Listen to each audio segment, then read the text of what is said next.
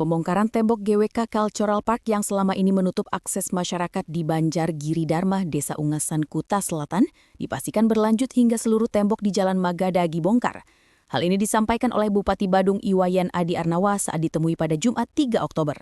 Menurut Adi Arnawa, sesuai hasil pertemuan bersama Gubernur Bali, Wayan Koster, dan manajemen GWK pada 30 September, pembongkaran akan dilakukan sepenuhnya. Namun manajemen usaha tersebut meminta waktu untuk menyelesaikannya. Bupati Badung mengakui bahwa pada awal, pembongkaran memang hanya dilakukan di beberapa titik, terutama yang menghalangi pintu keluar masuk dan gang rumah warga.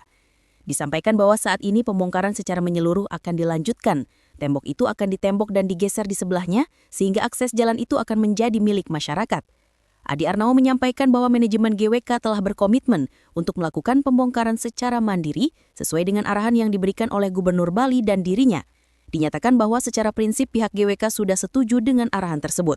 Sebelumnya, salah satu warga, Nyoman Tirtayasa, mengaku sangat merasakan kesengsaraan selama 1 tahun sejak akses ditutup oleh GWK.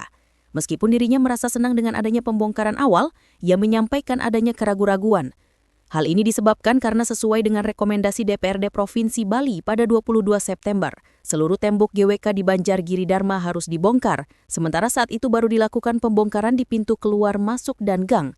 Tirtayasa berharap agar seluruh tembok dibongkar sesuai rekomendasi. Dinyatakan bahwa warga akan merasakan rasa aman, nyaman, tentram dan senang jika jalan diberikan sebagai fungsi sosial.